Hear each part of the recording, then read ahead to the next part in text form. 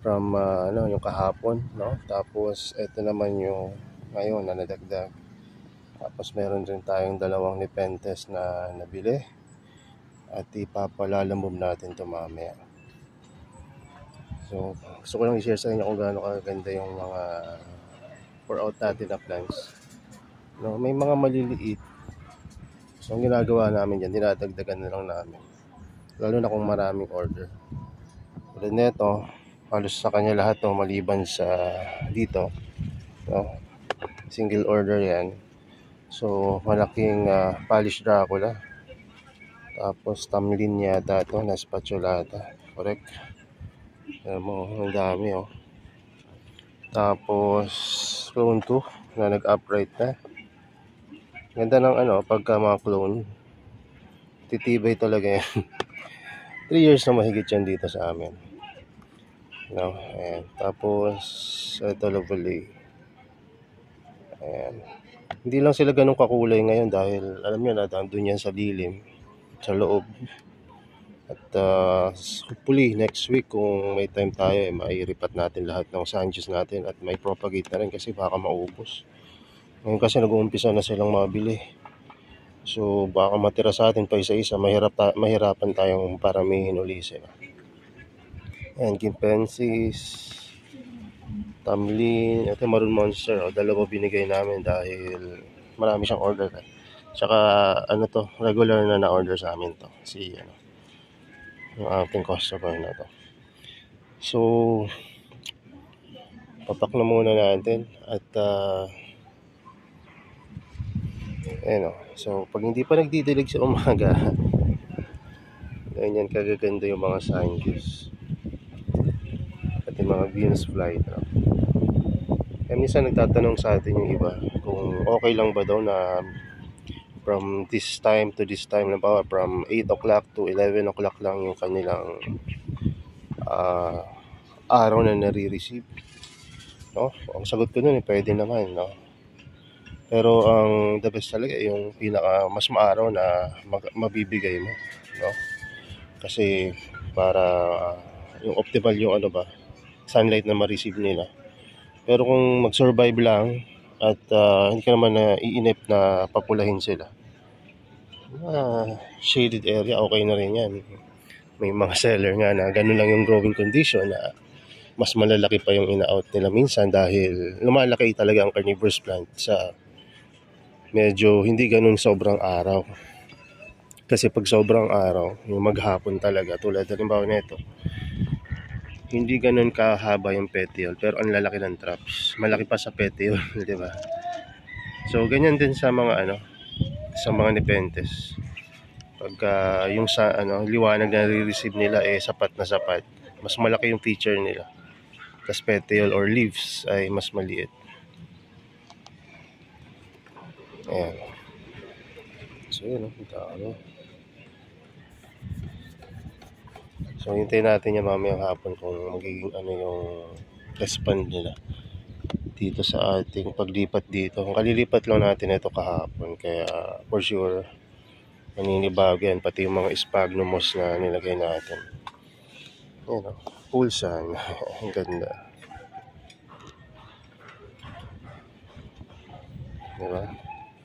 Pagka nilagay mo sa shaded dyan, mas lalaki. Kaya lang, hindi ganun kakulay.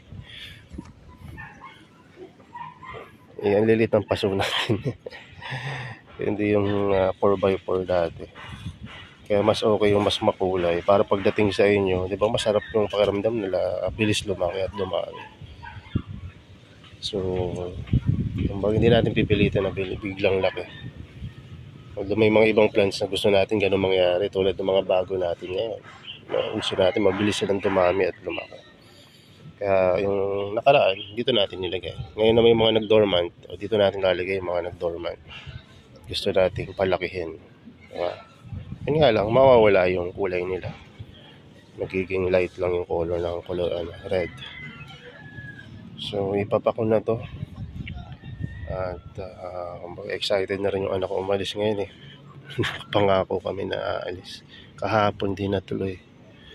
Dahil masama rin yung panahon, tsaka ang dami rin talagang ginawa ngayon. Marami rin.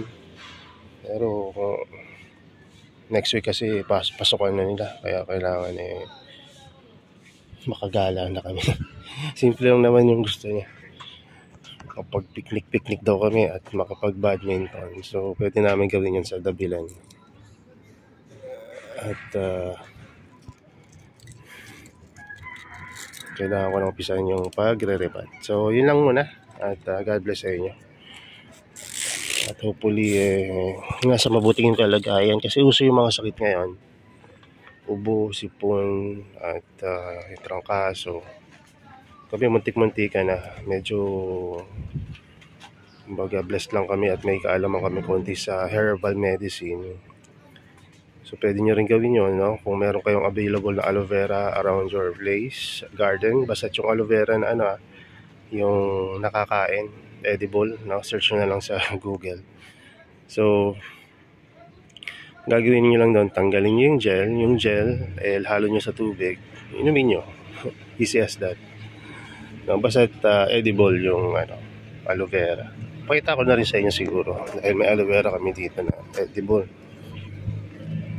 Ito yung mga giant variety pero hindi na nagiging giant kasi na-harvest Kagabi lang, madaling araw pala, kanina lang nag-harvest ako niyan kasi inuubo yung anak ko.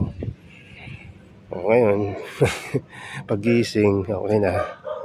Ako rin, inubo rin ako kaya nag-aloe vera rin ako kahapon. Actually, nag-serpentine na rin ako pero yung iba hindi kaya yung serpentine kasi mapait. Pero pag nasanay kayo, wala nang lasa yung serpentine.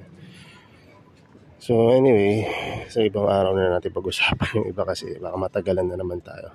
Marami na naman tayong upload ng mga video this week. So hindi pa rin naman ako titigil dahil kung may time pa. Kasi pag na-busy, wala na naman tayong upload. Kaya pasensya na kung sobrang dami. Haba ng list ng upload natin ngayon. Marami tayong time. So yun lang. God bless sa inyo. At sana ma-receive nyo itong mga order nyo ng maayos. Natatawa ako kasi ang daming palang adeli ako na ilagay. Isang order lang yan. Supposedly one plant. Pero ganyang karami. Kasi ang dami ko kasing adeli ngayon. Sabi nga nung isa kong kilala na nag-aalaga rin ng mga carnivorous plant. Sabi niya halos invasive species na sabi niya mga Sanjus, no? So ayun. Ginawa ko, binili ko yung mga compat niya. Sabi ko, nabiling ko yung mga compat mo. Kasi wala pa ako niyan. Ikaw yung invasive species na pala sa'yo. Ayan. So nagkaroon tayo ng mga gatong Sanjus na ngayon pa lang natin na naalagaan. Pero madali lang, halos parehas lang ng mga ng mga ganyan. Germani tsaka Adelaide. Kaya hopefully maparami rin natin to dito sa growing area. Ang kulang natin ngayon basket. Naubos agad yung basket na binili ni Mrs. Ang mahal na pala doon ng basket ngayon. 50, around 60 na. Mga 57, 58. Anyway, salamat sa panonood nyo. At doon naman sa yung nagtatanong kung meron kaming anong tawag doon, sabi niya bromeliads ba? Dito lang yun pero ba't nawala? Tanggal na siguro. Ay, yan yata. Bromeliads pa tawag yan. Research ko nga sa Google. Ayan yung sinasabi ko. Ang dami niyan dati. Puro mga nakahang lang. Hindi ko alam kung anong halaman yan Hindi ko alam kung sa carnivores ulit lang talaga tayo na natutok. Sabi ko nga sa inyo, ako mahilig sa halaman dati. Kaya puro carnivores plant pagdating sa halaman tsaka pati sa pag-aalaga. Carnivores plant and hydroponics lang. Ayun lang yung medyo may idea ako. Yung mga pagtatanim na organic, may konti rin ako alam doon pero napaka-basic lang. So merong ano tawag hindi ka pa makakain yan, seed pa lang yan. So yun lang muna. God bless sa inyo and bye bye.